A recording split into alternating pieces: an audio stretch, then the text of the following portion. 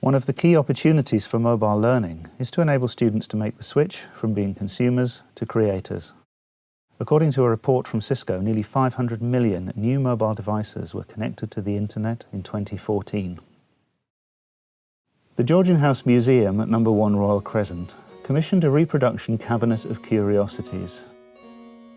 Students from Bath Spa University worked with Bath Royal Literary and Scientific Institution and No. 1 Royal Crescent Georgian House Museum to create an interactive app for visitors to the redeveloped museum interpreting its new cabinet of curiosities. This cross-disciplinary project, with students from BA Honours Heritage and History and BA Honours Graphic Communication, produced an informative and educational app explaining the history and background of cabinets of curiosities and the Grand Tour.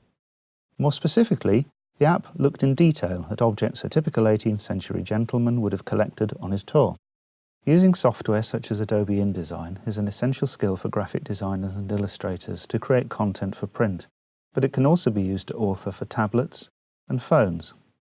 We've all got smartphones and I use an iPad. I knew exactly how to use that, but actually designing something for the iPad was something that I found completely overwhelming, and I didn't think I'd ever be able to do something like that.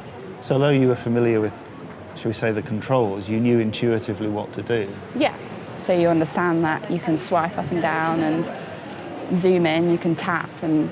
Yeah. But being given control of those and saying, OK, should this be a tap or a swipe? It certainly helped in understanding what you could do to design something. If I didn't understand how to use a smartphone, I think it would be a lot more difficult.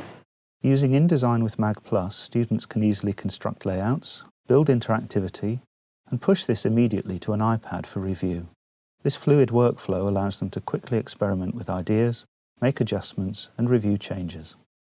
When you design for print, the process is a lot slower, but with something like using the Mag+ software, you were able to design it within 5 minutes on InDesign, whether it's rough, but then input it into the iPad and it was immediate. So you were able to see final results quickly, and you could show the client quickly. They just knew that what they wanted, which was good. We could take on board their ideas, but also say, well, that necessarily can't be done, but how about this kind of alternative, which was really good. At the beginning, I found it really overwhelming, just because I'd never actually used the Adobe suites until the end of my first year of university, and then in the second year, that's when I began to become comfortable with InDesign. So then, on top of InDesign with Mag+, it was quite daunting. Once I got the gist of it, it was quite fun. I enjoyed using it. The project raised student confidence in using and being able to talk about technology, linking finding and managing information with a professional presentation of the solutions. The students developed a deeper understanding of a medium in which they're often a consumer, but from the point of view of being a creator.